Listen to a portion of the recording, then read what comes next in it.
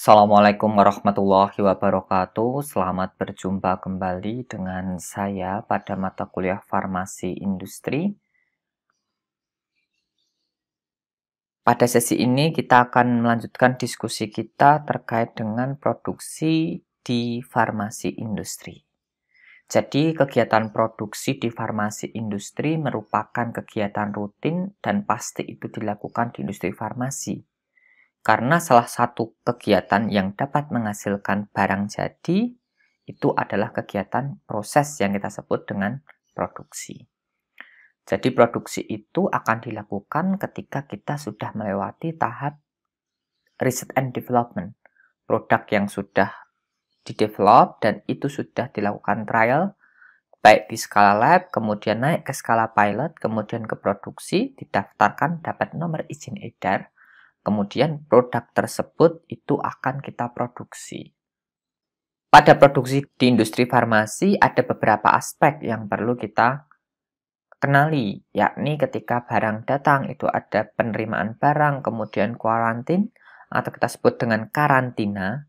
Jadi di karantina ini biasanya dilakukan pemeriksaan produk yang dipesan, kemudian produknya tersebut itu nanti akan dikarantina.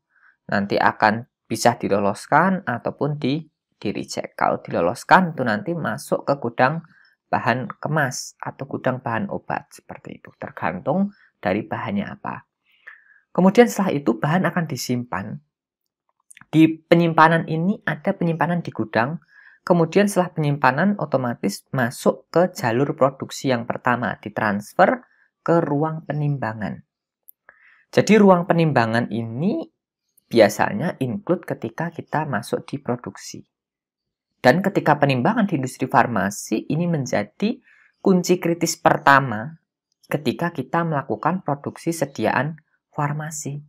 Karena kesalahan dalam penimbangan itu nanti berakibat pada kesalahan sistematis. Kenapa demikian? Karena salah timbang otomatis nanti produknya salah. Kalau produknya salah, itu nanti misalkan ya, yang salah adalah bahan aktif. Bahan aktif geser nanti kadarnya tidak tepat. Safety ataupun efikasinya juga akan bergeser. Oleh karena itu penimbangan sangat penting. Kemudian kalau misalkan yang error adalah bahan tambahan, kan bahan tambahan tidak ada hubungannya dengan safety dan efikasi. Itu juga nanti akan problem. Kenapa demikian? Karena bahan tambahan tersebut itu berpengaruh ke kinerja, performance dari sediaan farmasi. Ketika bahan tambahnya nanti bergeser, otomatis variabilitas dari aspek kinerjanya atau performance-nya nanti akan berubah atau variabilitasnya akan sangat tinggi. Contoh kasus, misalkan yang geser adalah bahan di tablet. Pergeseran bahan di tablet itu nanti akan menyebabkan variabilitas di misalkan waktu hancurnya. Kalau waktu hancur itu variabilitasnya tinggi, nanti pelepasan obat juga akan bervariasi. Kemudian penyerapan akan bervariasi dan efeknya akan bervariasi. Oleh karena itu, penyimpanan baik di gudang ataupun penyimpanan di ruang timbang dan penimbangannya harus kita jaga. Untuk penyimpanan tersendiri nanti akan kita bahas pada topik diskusi tersendiri. Yang jelas di sini ruang timbang harus diyakinkan benar. Biasanya ketika proses penimbangan di industri farmasi itu tidak hanya satu orang. Ada 2 orang yang nimbang, kemudian ada supervisor yang ngecek hasil penimbangannya. Kemudian setelah ditimbang otomatis akan ada proses. Proses misalkan pencampuran, kemudian pengadukan, kemudian granulasi, ataupun proses-proses yang lain, tergantung dari jenis sediaannya apa. Kemudian setelah proses, ini nanti bahan itu bisa masuk penyimpanan karena nanti disebut dengan produk antara, bisa juga barang tersebut itu nanti langsung masuk gudang jadi. Setelah semua proses produksi itu kita lakukan, nanti ada istilah untuk menjamin atau membuktikan bahwa proses produksi tersebut telah sesuai dengan kriteria yang telah ditetapkan. Itu kita sebut dengan langkah validasi proses. Validasi proses sendiri itu ada 3 ya secara umum. Ada concurrent, ada prospektif, ada retrospektif. Untuk validasi nanti akan diulas lebih dalam pada topik validasi. Intinya, semua proses yang sudah kita lakukan itu akan ada proses validasinya, ada pembuktian reliabilitasnya. Tidak hanya asal-asalan. Proses validasi ini yang menjadikan jaminan bahwa proses produksi kita itu secara continuous dan berkelanjutan itu relatif reliable. Oleh karena itu, pada proses itu tetap akan divalidasi. Nantinya ada juga yang kita sebut dengan product quality review. Di product quality review ini juga nanti akan kita cek hasil dari proses itu bagaimana. Akan ada review. Dari hasil tersebut nanti akan memberikan masukan bagi R&D atau bagi quality assurance, bagi penjamin mutu, atau bagi R&D atau bagi produksi untuk melakukan peningkatan berkelanjutan. Kemudian validasi proses tadi itu biasanya akan kita lakukan ketika perubahan proses produksi, perubahan ruang produksi, perubahan alat atau perubahan spesifikasi pada alat. Itu nanti akan kita lakukan yang namanya validasi proses. Ketika kita melakukan produksi di industri farmasi, yang paling utama yakni adalah pencegahan kontaminasi silang. Karena resiko kontaminasi silang itu paling tinggi ada di produksi. Ketika kita jalan 2 line berbarengan, kita harus memikirkan kontaminasi silang apa yang memungkinkan terjadi pada 2 line tersebut. Baik line 1 mengkontaminasi line 2 atau sebaliknya, line 2 yang mengkontaminasi line 1. Ketika produksi, itu harus kita pikirkan hal-hal demikian. Kemudian tata udaranya atau kita sebut dengan air handling unitnya, itu juga harus kita kendalikan. Agar apa? Tidak menyebabkan timbulnya kontaminasi silang. Karena kontaminasi silang ini bisa berakibat fatal. Misalkan yang mengkontaminasi adalah produk-produk beta-lactam ataupun produk-produk hormonal, itu resikonya sangat tinggi sekali. Oleh karena itu, kontaminasi silang ini tetap harus dihindari. Walaupun produknya misalkan produk itu tidak berakibat fatal, tapi tetap harus dihindari karena terkait dengan purities atau kemurnian dari suatu sediaan. Bisa jadi pengkontaminasinya nanti ada reaksi inkompatibilitas jangka panjang. Nanti bisa berakibat fatal terkait dari aspek stabilitas.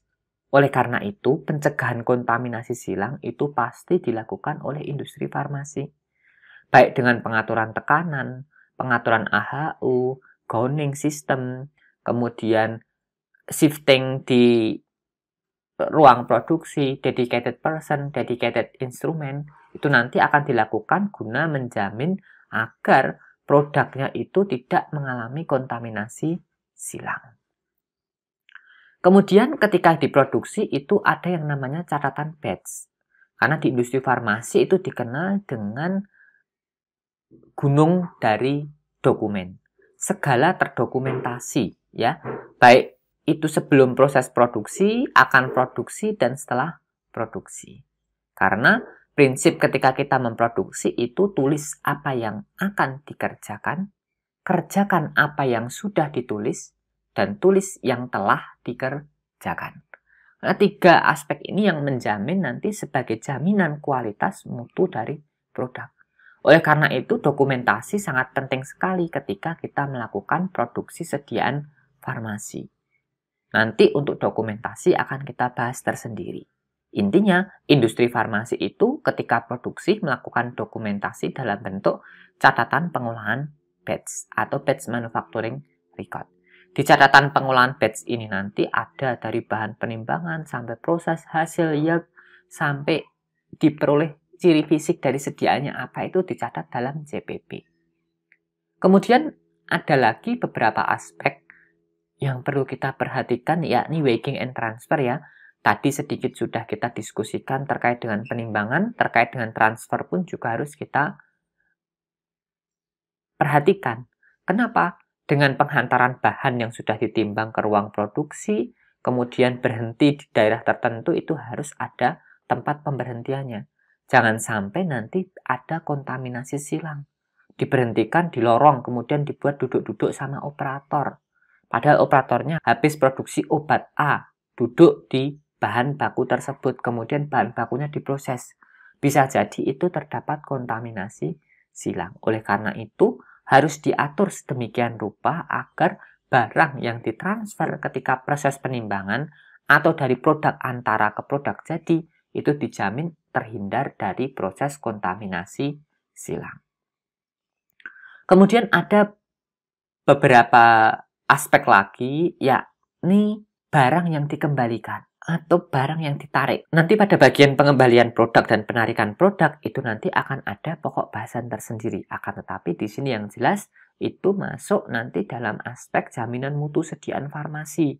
Baik dari produksi, bagian QA akan berpikir bersama, duduk bareng menyelesaikan problematika barang yang dikembalikan ini bagaimana. Apakah di-revoke ataupun nanti barangnya ini akan dibuang atau di-reject atau dimusnahkan. Dari beberapa aspek tersebut, itu nanti yang menjadikan perhatian ketika kita melakukan manufacturing sediaan farmasi. Kemudian ada beberapa catatan penting ketika kita produksi, utamanya pada produksi beta-lactam penisilin dan beta-lactam cefalosporin, kemudian produk-produk steril, seks hormon atau hormon seks ya, kemudian obat-obat sitotastik dan beberapa produk biologi itu memerlukan perhatian khusus. Artinya dia harus benar-benar terisolir dari satu produk dengan produk yang lain, dedicated instrument dan dedicated person. Jadi orang-orang yang ada di situ tuh orang-orang yang memang bekerja dikhususkan pada bagian tersebut. Nanti pada jangka waktu atau durasi tertentu baru dilakukan shifting.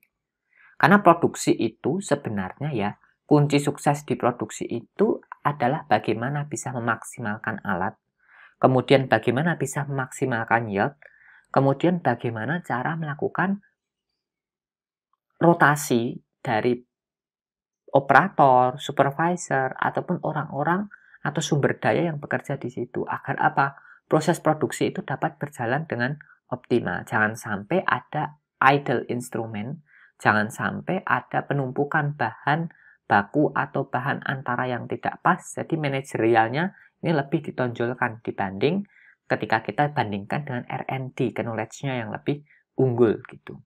Kembali lagi ke beberapa perhatian tadi, baik beta-lactam, walaupun sama-sama beta-lactam, cefalosporin dan penisilin dibedakan. Karena memang walaupun gugusnya ini sama ya, akan tapi ada pemodifikasi yang menyebabkan karakteristik ini berbeda, sehingga harus terpisah. Terpisah di sini baik dari segi ruang, AHU, ataupun yang lainnya, intinya sistemnya itu terisolir. Kemudian resikonya sangat tinggi sekali apabila beberapa produk ini mengkontaminasi lingkungan. Karena kontaminasi ini bisa berakibat fatal apabila beberapa orang yang terkontaminasi sensitif terhadap obat-obat tersebut. Itu terkait dari beberapa perhatian khusus yang perlu kita tekankan ketika kita melakukan produksi sediaan farmasi. Kemudian berlanjut, ini ada bulk product storage, artinya penyimpanan barang ruahnya. Jadi raw material penyimpanannya itu ketika di ruang produksi itu juga harus disimpan. Kenapa? Karena dari gudang ketika akan melakukan proses penimbangan itu otomatis bahannya dimasukkan di bulk storage. Baik dari sebelum proses penimbangan dan setelah proses penimbangan akan masuk ke proses produksi, bahan tersebut masuk di bulk storage. Di bulk storage ini akan dilakukan penyimpanan baik bahan yang akan dilakukan proses setelah penimbangan ya tentunya, atau bahan yang akan dilakukan proses penimbangan.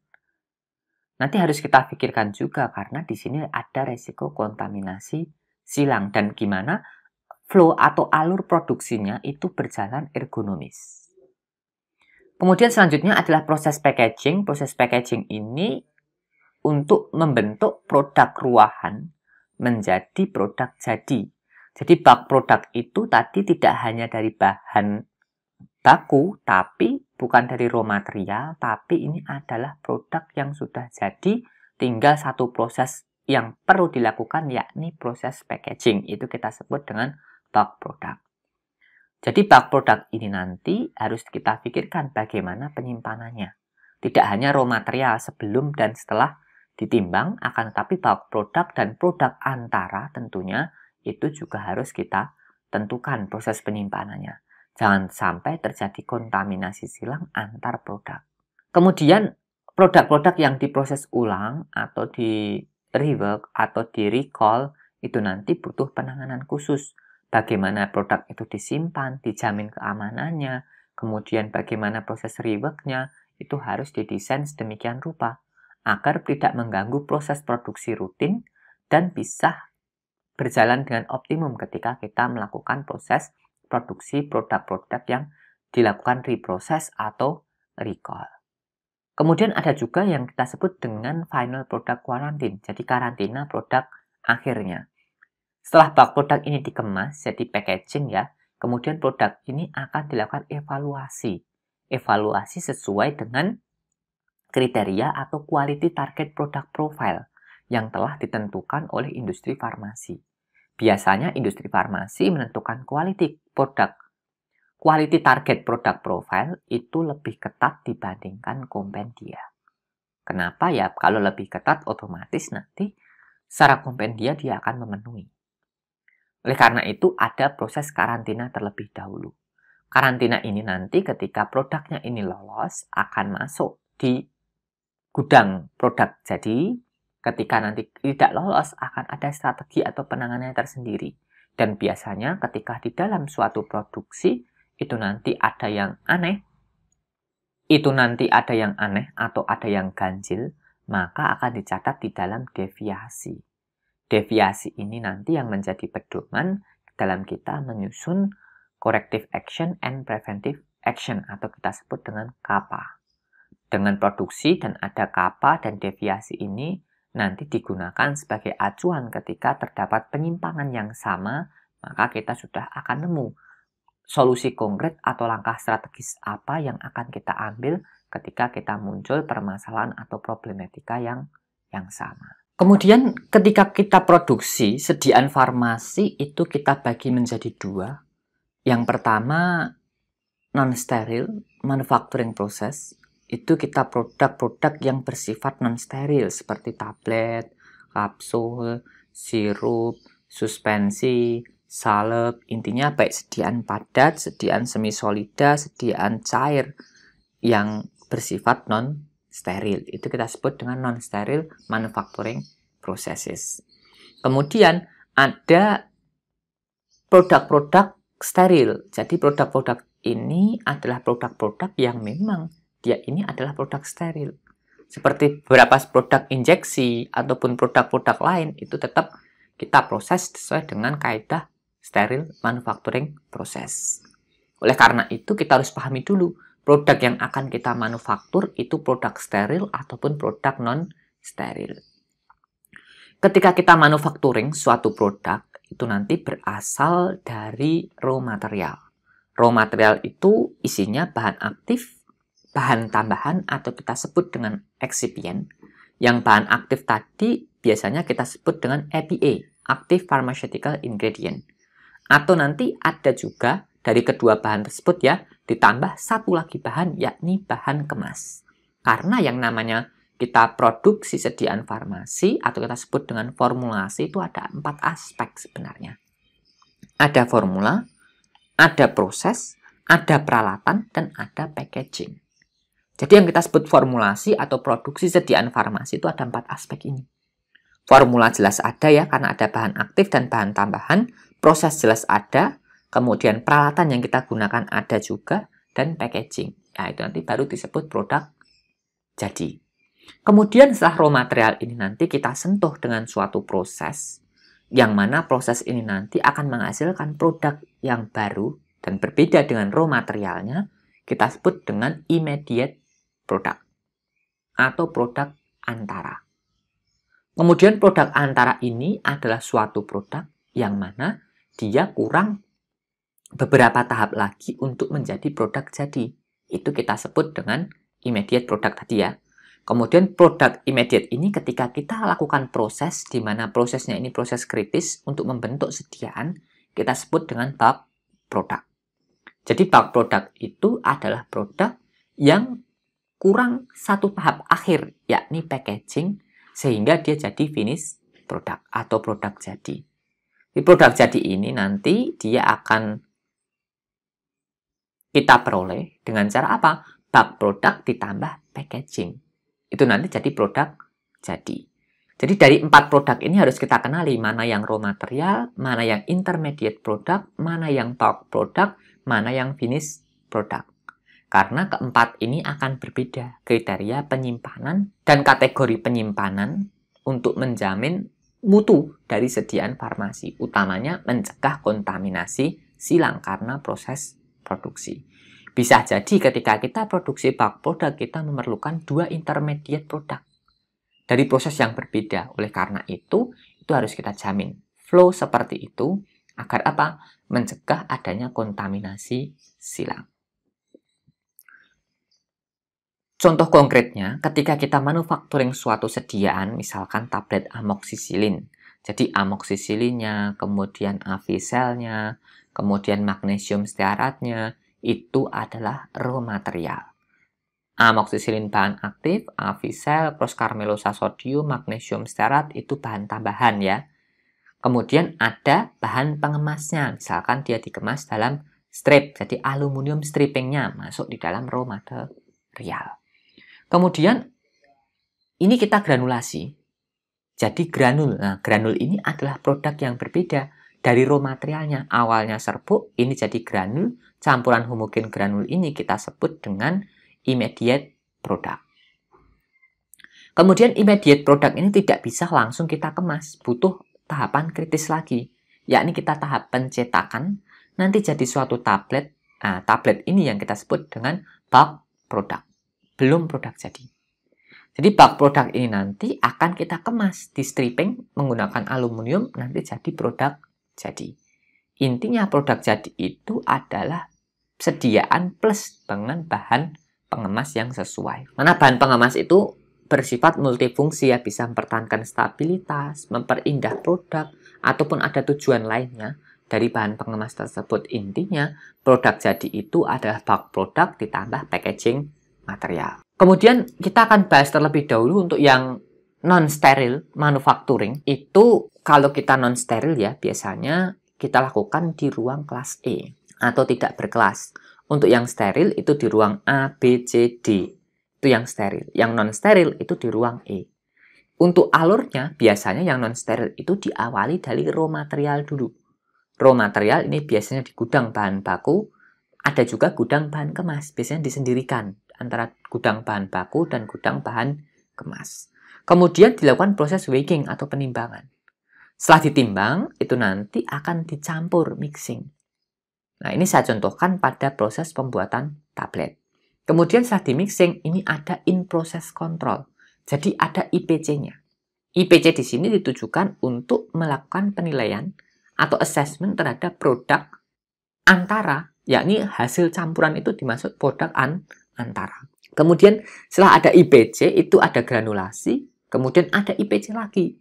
Intinya, setelah suatu proses dan menghasilkan produk antara atau produk ruahan, itu nanti dilakukan proses IPC ataupun proses quality control testing. Jadi in-process control ini ditujukan ketika kita masih dalam proses. Ketika kita quality control, itu kita lakukan pengujian itu setelah prosesnya selesai. Itu perbedaan antara in-process dan quality control. Kemudian pada setiap tahapan tadi, intinya antara produk satu dengan produk yang lain pada tahap antaranya, jadi produk antara satu dengan produk antara yang lain, itu nanti dilakukan pemeriksaan yang kita sebut dengan in-process control. Yang nantinya ini dilakukan untuk menjamin mutu sediaan. Agar apa?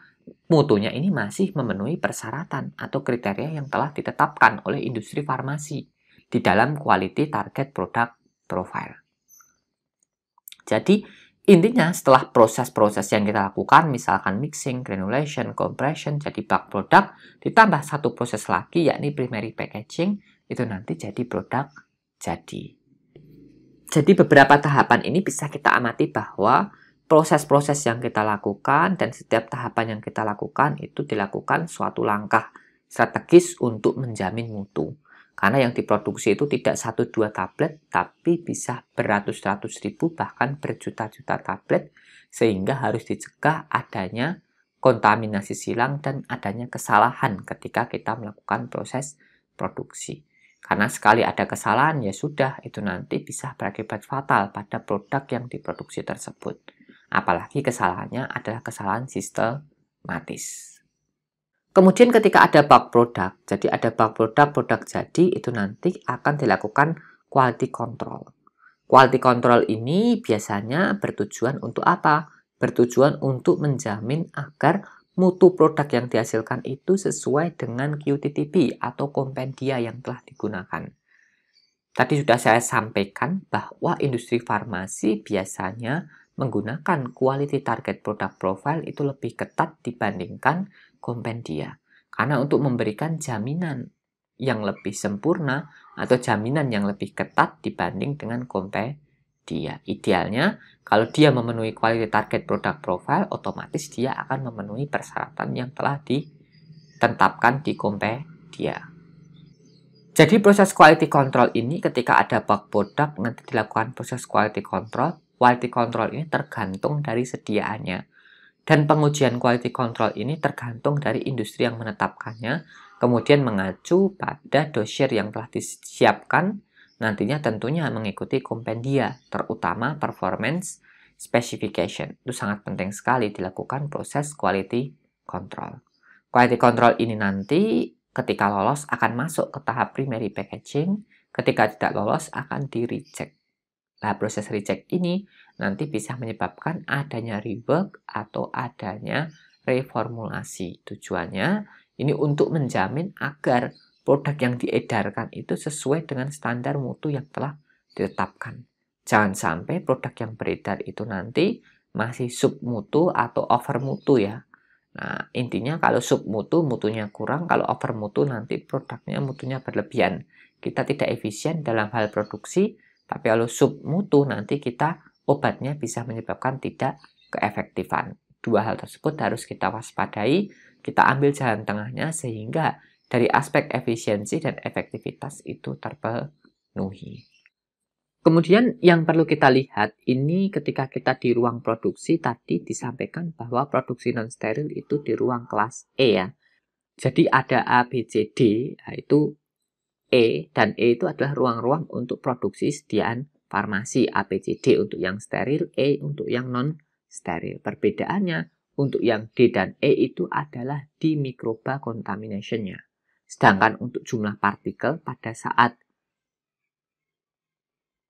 non-operasional itu untuk partikel dengan ukuran 0,5 mikrometer itu jumlahnya dalam 1 meter kubik itu kurang dari 3.520.000 partikel dengan ukuran lebih dari sama dengan 0,5 mikron. Kalau partikel dengan ukuran lebih dari sama dengan 5 mikron itu dipersyaratkan yakni 29.000. Perbedaannya adalah tadi di microba contamination. Pada ruang A, B, C, D itu ada ketetapan mikrobia, sedangkan di ruang E itu tidak terlalu ketat penerapan kompendia untuk ruang tersebut. Sehingga kita harus pahami mana ini yang produksi steril, mana yang produksi non-steril. Karena aspek ini sangat menentukan desain dan rancangan ruang dan AHU yang akan kita rancang. Ini saya contohkan beberapa tahapan ketika kita melakukan proses produksi ya, ini produksi tablet ya. Ada dari proses penimbangan, yakni penimbangan dari raw materialnya, tentunya bahan kemas tidak perlu ditimbang. Yang ditimbang adalah bahan aktif dan bahan tambahan. Penimbangan ini biasanya kita sesuaikan dengan master formula yang sudah dirancang di R&D, kemudian nanti akan dituangkan di CPP-nya, catatan pengolahan batch. Pada proses penimbangan ini nanti akan ditulis pada ada CPP hasil penimbangannya berapa. Kemudian nanti dilakukan pencampuran awal. Pada proses pencampuran ini nanti tentunya akan kita monitoring kecepatan mencampurnya berapa, kemudian lama pencampurannya berapa, itu harus ditulis secara jelas. Bahkan jam mulainya berapa juga harus ditulis. Kemudian granulasi, ini penambahan bahan pengikatnya juga harus ditulis, kemudian lama proses granulasi juga harus ditulis. Intinya segala aspek pada proses produksi itu dilakukan proses pencatatan. Tujuannya untuk apa? Untuk menjamin agar mutunya sesuai dengan standar yang telah ditetapkan. Itu terkait dari proses sampai granulasi ya. Bahkan pengayakan basah, kemudian pengeringan, ada IPC atau cek kadar air. Kenapa pada waktu pencampuran tidak dicek homogenitas, itu nanti sudah masuk pada tahap validasi. Karena cek IPC ini adalah untuk menjamin ketika prosesnya itu banyak variabelnya. Kalau pencampuran itu relatif lebih terkontrol dibanding proses pengeringan. Nah, oleh karena itu pada proses pengeringan itu nanti dilakukan IPC kadar airnya. Setelah dikeringkan nanti dicek IPC kadar airnya, kemudian dilakukan pengayakan kering. Kemudian ada pencampuran akhir, nanti cek keseragaman kadarnya sebelum dilakukan proses pencetakan tablet. Jangan sampai ini belum sempurna kadarnya pada pencampuran akhir ini ya. Kalau belum sempurna nanti akan dimodifikasi pada proses mixingnya. Kemudian pada pencetakan tablet ini nanti pada prosesnya loh ya, itu dicek kadar keseragaman kadarnya atau keragaman sediaannya, kemudian kekerasan itu yang paling penting.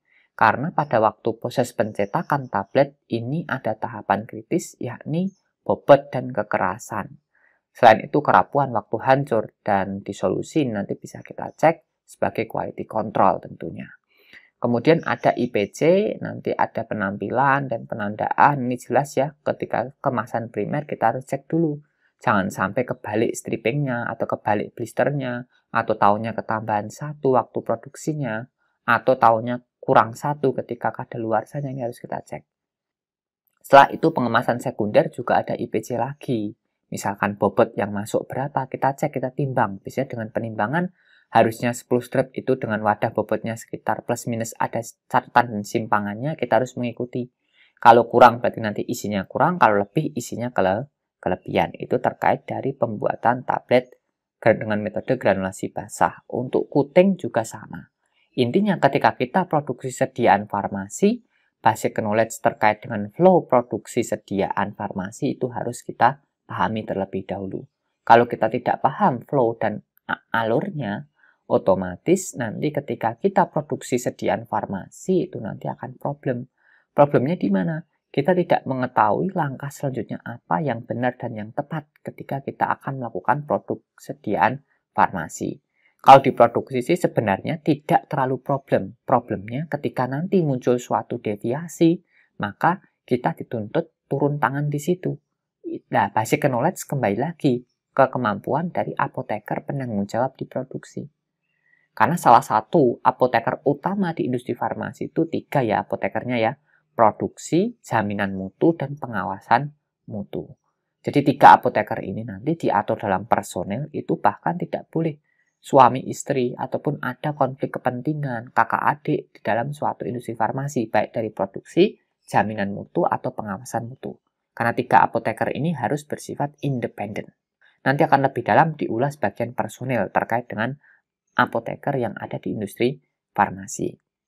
Ini contoh untuk tablet granulasi basah, ada lagi untuk tablet salut. Ini bisa diejawantahkan sendiri ya, hampir sama. Tadi intinya kita harus pahami proses-proses apa yang terlibat di dalam produksi sediaan farmasi. Kemudian untuk kapsul juga hampir sama ya, ada proses, ada yang direct filling, ada yang granulasi, nanti ada PC-nya, ada pencampuran sekadarnya, kemudian pada waktu filling cek keragaman sediaannya, kemudian ada IPC, cek uji kebocoran strip, penandaan, dan penampilan, serta ketika jadi produk jadi dengan kemasan sekunder juga harus dicek juga penandaan, penampilan, dan kelengkapan. Jangan sampai nanti bobotnya kurang, kenapa etiketnya belum diberikan, itu nanti relatif problem. Oleh karena itu, perlu kita waspadai beberapa tahapan-tahapan ini ada langkah yang miss atau tidak kita lakukan. Idealnya semua akan tertulis di catatan pengolahan batch. Jadi nanti bisa terrecord di situ sebagai kunci jaminan mutu sediaan farmasi. Kemudian untuk produk-produk yang lainnya, misalkan produk liquida itu juga hampir sama. Dari gudang ada permintaan bahan baku, kemudian diserahkan, kemudian nanti masuk bahannya ada pencampuran bahan pembawa atau biasanya excipientnya, kemudian ada pencampuran bahan aktif kalau memang bahan aktifnya butuh treatment, kemudian ada produk antara, nanti ada lakukan penyaringan, kemudian di sini ada pendinginan, nanti dicampur jadi satu, nanti ada pemeriksaan IPC-nya. IPC-nya apa? Ada pemberian, viskositas, berat jenis, dan pH. Kadang kadar juga dicek di sini. Kemudian penambahan bahan lain, mixing, dan penyaringan. Masih ada tahapan lagi. Nanti jadi produk ruahan ya. Produk ruahan akan dicek lagi. Pemberian, kadar, berat jenis, pH, dan viskositas. Itu perlu dicek. Kemudian nanti jadi produk ruahan diisi di dalam botol atau wadah. Nanti ditambah bahan pengemas, ini sudah jadi produk jadi ya. Tapi produk jadi nanti pada bagian pengemasan dengan botol ini nanti, kemudian diikuti dengan uji kebocoran, volume terpindahkan, pemeriksaan berat, atau keragaman sediaannya. Kalau ini produknya liquid, kalau suspensi ataupun emulsi mengikuti persyaratan yang ada di kompendia. Kemudian setelah jadi ya nanti di karantina produk jadi ada pemeriksaan etiket dan wadah. Kemudian kalau lolos nanti diloloskan, kalau tidak lolos diperbaiki ya, diperbaiki apanya? Kemasannya, karena produk jadinya kalau sudah tahap pengemasan itu biasanya sudah lolos. Jadi misalkan karantin produk jadi dia tidak memenuhi, berarti ada yang bermasalah terkait dengan apa? Packagingnya. Karena mutu dari suatu produk itu sudah memenuhi di awal tadi pada pemeriksaan produk jadinya. Kemudian nanti setelah diperbaiki, kemudian lolos masuk gudang obat jadi. Nah, ini nanti akan disimpan di dalam gudang obat jadi atau finish product. Nah, nanti akan didistribusikan, kemudian disampaikan ke bagian pelayanan kefarmasian, baik itu entah apotek, rumah sakit, klinik, ataupun yang lainnya. Intinya, ketika nanti ada di gudang obat jadi, itu juga masih tanggung jawab bagian produksi. Agar apa? Menjaga mutu dari sediaan farmasi. Kemudian ini misalkan semisolida ya, ada bahan-bahan semisolida. Misalkan ada bahan yang larut air, kemudian kita campur, kemudian ada bahan yang larut minyak, juga kita campur, dan seterusnya. Intinya ada IPC, ada pemeriksaan produk jadi juga, ada beberapa tahap karantina juga yang perlu kita lakukan, yakni beberapa tahap nanti setelah tahap produk-produk ruahan yang sudah jadi, kemudian kita tambahkan packaging, itu nanti juga ada karantinanya. Ketika lolos baru dilanjutkan. Artinya nanti ketika ada deviasi, deviasi itu pada tahap mana, kasusnya apa, apakah ada peristiwa-peristiwa lain, itu perlu nanti dicatat di dalam deviasi. Jadi di dalam industri farmasi, catatan pengolahan batch, kemudian adanya deviasi atau penyimpangan itu penting sekali. Karena nanti itu jadi masukan atau input untuk menjamin mutu dari sediaan farmasi. Demikian diskusi kita pada produksi sediaan non-steril, nanti akan kita lanjutkan pada produksi sediaan steril. Semoga kita dalam kondisi sehat selalu. Assalamualaikum warahmatullahi wabarakatuh.